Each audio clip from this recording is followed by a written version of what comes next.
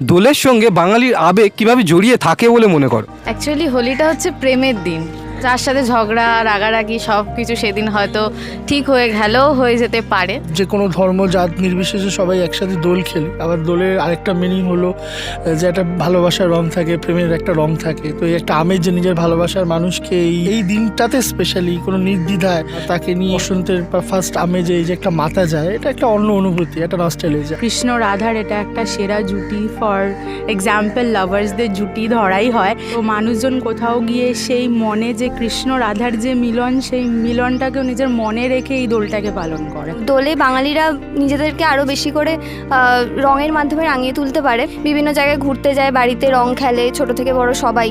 রঙের সঙ্গে বাঙালির সম্পর্ক এই দিনেই বোঝা যায়। বাঙালি কালারের সাথে ভালোবাসা স্প্রেড করে। বাঙালিদের ফেস্টিভ্যাল মানে সবেতেই আনন্দ খুঁজে পাওয়া, সবেতেই ভালোবাসা, সবেতেই বন্ধুত্ব। রঙের উৎসব মানে তো আনন্দের, অবশ্যই আনন্দের। সেদিন শত্রু বন্ধু বলে আলাদা কিছু থাকে না, রঙে মাতিয়ে তুলতেই সবাইকে ভালো লাগে। কলকাতায় না থাকলে দোলের সময় মনে হয় কিছু একটা মিসিং। বড়দেরকে আবির পায়ে দিয়ে নমস্কার করে, এবার বন্ধু বান্ধব সবার সাথে আবির খেলে, তো সবার মধ্যে একটা মেলামেশার জায়গা হয়। রিলিজিয়াস পারপাসে বাঙালিরা অন্তত খেলে না, ইউনিটির জন্যই খেলে। দোলের টাইমে শাড়ি ঠাড়ি পরে একটু কালার লাগিয়ে সেই ফটোশ্যুটটা